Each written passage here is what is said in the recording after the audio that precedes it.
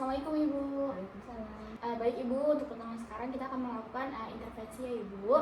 Untuk waktunya sekitar 5-10 menit. Apakah Ibu bersedia?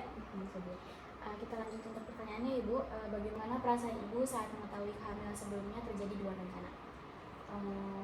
Itu tuh ceritanya saya tuh telat haid 3 hari. Padahal biasanya saya nggak pernah telat haid. Terus akhirnya tes pack, minta suami beliin tes pack. Di tes pack pagi-pagi ternyata garis 2 sama. Tapi awalnya sih langsung sedih, nangis, kayak ngerasa bersalah ke anak pertama. Karena belum full ASI selama 2 tahun kan, itu masih 2 tahun kurang. Terus kayak harus berarti kalau udah tahu hamil berarti harus nyetop ASInya kan. Terus awalnya tuh ya udah ngomong sama suami, ternyata garis 2. Dia sih ya biasa aja gitu, kayak chill aja gitu. Cuma sayanya sih yang lebih khawatir, nangis, kecewa, merasa bersalah sama yang pertama ya karena ASInya itu. Karena awal-awal pengennya tuh dia full ASI selama 2 tahun. Nah terus tiba-tiba hamil kan. Gak tiba-tiba sih, karena ya emang dari anak pertama kan gak langsung pakai KB. Jadi ya itu ada probabilitas yang sangat tinggi untuk hamil lagi gitu kan. Terus ya udah akhirnya saya berinisiatif buat stop ASI karena ngerasa setiap ngasih ASI kan pertama itu tuh perut ngerasa kayak kram gitu. Akhirnya ke objin dulu tuh sebelum ke dokter anak, konsultasi ke objin dulu, dicek beneran hamil apa enggak, takutnya tes-tesnya salah. Terus pas di USG ternyata memang sudah penebalan rahim, cuma belum terlihat janinnya, baru penebalan rahim aja. Terus disuruh kontrol lagi 2 minggu lagi buat tahu beneran jadi janin atau tidak gitu kan. Tapi memang di situ tuh disuruh stop sama dokter objinnya untuk ngasih ASI ke anak pertama. Kan susah ya, nyapih itu susah banget. Jadi itu masih proses nyapih yang wah luar biasa banget. Dia nangis-nangis, tantrum, pengen nemen, tapi sayangnya juga nggak ngasih. Itu tuh udah jelang hari ketiga ke hari kedua lupa, itu udah berhasil nyapih. Tapi pada akhirnya saya nyerah karena payudaranya tuh kenceng banget kan, keras banget dan sakit banget. Saya tuh udah nyoba dengan berbagai cara kayak ngompres, dikeluarin sedikit kayak gitu, tuh tetep kayak nggak ngaruh dan itu tuh sakit banget, keras banget kanan kiri. Terus udah mulai ngerasa panas dingin. Akhirnya udah nangis nggak kuat. Akhirnya mau nggak mau anak pertama saya kasih ASI lagi. Terus dokter kontrol lagi ke dokter objin, ternyata memang jadi janin. Dokter objinnya disaranin buat berhenti ngasih ASI pelan-pelan karena ya itu takut ngeganggu janinnya, bisa keguguran kan. Terus saya habis itu ya udah tetap ngasih ASI kan anak pertama, cuma lebih berkurang gitu loh intensitasnya. Terus itu tuh berjalan sampai usia kandungan berapa ya, 6 bulan kayaknya deh. Tapi itu aman-aman aja sih buat di janinnya ya. Janinnya selama kontrol tiap bulan tuh ya aman-aman aja, gak ada masalah apa-apa. Terus itu berhenti tuh sekitar 6-7 bulan pas kehamilan itu. Terus berhentinya juga karena tiba-tiba dia tengah malam kayak kelaparan. Terus neneknya gak cukup kan, atau mungkin produksi ASInya udah sangat berkurang drastis, jadi dia nggak kenyang malam. Terus akhirnya minta makan pisang. Habis minta makan pisang dia minta dipijitin sama neneknya, tidur. Akhirnya kita tahu dia nyamannya dipijit sebelum tidur. Akhirnya ya udah nyapihnya dia tuh pelan-pelan kayak gitu, dipijit, nggak dikasih nenek lagi. Terus akhirnya berhasil sampai sekarang. Oke baik Ibu, berarti apa ya Bu tantangan, kan Ibu berarti anaknya 2 anak ini berdekatan ya Bu umurnya, berarti menurut Ibu apa yang ditantangan, dirasakan Ibu tantangannya? Tantangannya ya ngurus toddler sama newborn sih. Kayak awal-awal tuh berat banget karena toddlernya tuh lagi aktif-aktifnya. Terus pasca persalinan juga kan nggak mudah ya, maksudnya lepas jahitan, terus ngurus newborn juga yang harus dikasih ASI 2 jam sekali. Terus toddlernya juga lagi aktif banget, jadi kayak beratnya di situ sih, kayak capeknya tuh di situ, capeknya di situ. Kan suami dinas ya Bu, apa yang hal tersulit yang Ibu hadapi? Kalau lagi dinas tuh ya ngurus berdua sih, ngurus toddler dan newborn itu sih. Karena kalau nggak ada suami tuh kan biasanya kalau malam tuh kan gantian ya, suami pulang kerja gantian suaminya yang ngurus anak. Kadang sayangnya cuma nyuapin doang, sisanya bapaknya mainnya gitu. Kalau lagi dinas tuh semuanya saya yang ngurusin kan. Dari kalau malam tuh yang paling susah tuh malamnya sih, karena malam saya tuh harus nyebokin anak pertama, terus habis itu gantiin baju, terus sikatin giginya, habis itu saya ngurusin newbornnya, gantiin pampers, gantiin bajunya juga gitu, terus baru nenenin, habis itu baru tidurin si toddlernya kan. Jadi kayak semua dikerjain sendiri, jadi nggak ada yang bantuin ya capek banget di situ gitu. Berarti keluarga merasa kewalahan ya Bu dalam mengurus toddler dan anak yang baru lahir juga. Nah, menurut Ibu sama suami bagaimana jarak ideal antara kelahiran anak? Mungkin sekitar 4 atau 5 tahun, karena mungkin anak 4 atau 5 tahun lebih mandiri ya, dalam artian mungkin dia udah bisa cebok sendiri, pakai baju sendiri, sikat gigi sendiri, kayak gitu. Jadi kayak nggak perlu apa-apa ibunya gitu. Apakah ada kekhawatiran terkait kondisi ekonomi bila terjadi kehamilan lagi?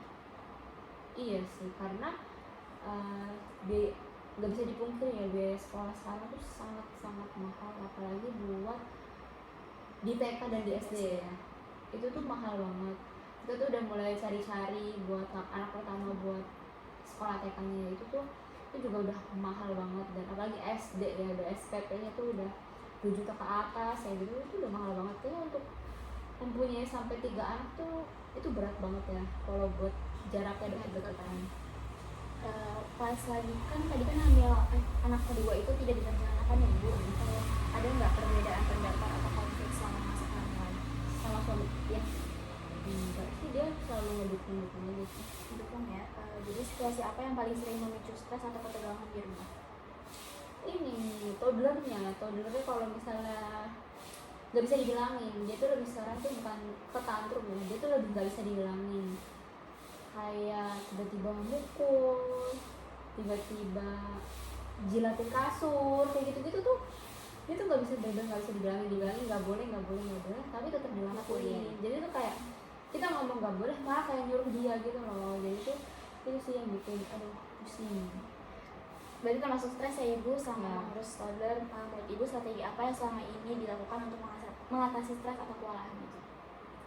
Pertama sih biasanya kalau nggak bisa dibilangin dihukumnya dalam artian dikunciin di kamar, terus dibiarin dia nangis, ngeluapin emosinya dulu.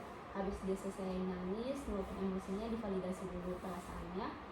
Habis itu dikasih tahu kalau misalnya dia itu nggak boleh mukul, dia itu nggak boleh jilat kasur, kayak gitu. Kayak kita ngasih tahu alasannya kenapa kayak gitu.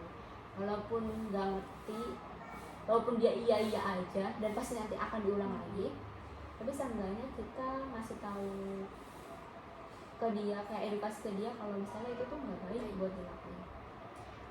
Siapa aja yang biasanya ngebantu Ibu dalam pengasuhan anak selain suami? Biasanya ada kakak sama neneknya. Jadi dia diasuh sama kakak neneknya juga gitu. Kalau misalnya lagi capek banget ya dia diurusin sama neneknya. Apa rencana keluarga untuk mencegah kehamilan yang tidak diinginkan di masa depan? Jelas PKB ya Ibu. Baik Ibu, selanjutnya kita ke materi edukasi ya Ibu. Tadi kan kita sudah membahas KB ya Bu.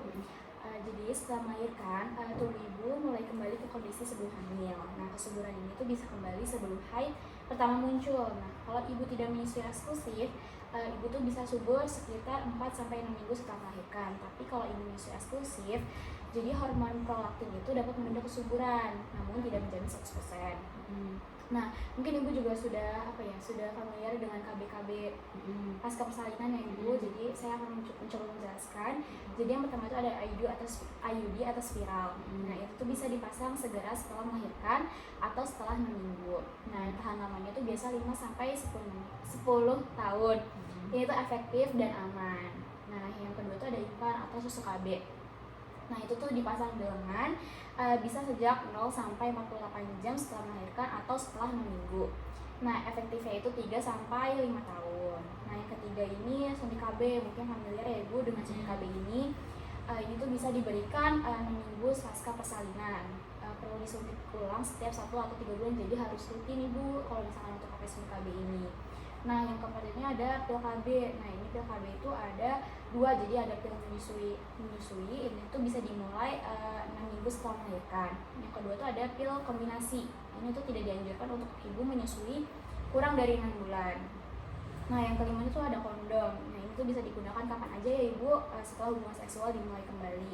Dan ini juga tidak mengganggu produksi ASI. Yang keenam ada MALT atau metode aminorelatasi. Ini tuh efektif hanya jika bayi kurang 6 bulan. Nah, ini tuh bersifat sementara. Nah, selain sebagian metode KB aman digunakan. Nah, sebagian metode tadi yang saya sebutkan itu aman digunakan untuk ibu menyusui. Nah, biasanya tuh KB dimulai setelah masa nifas ibu 6 minggu, kecuali IUD dan impan yang dapat lebih awal.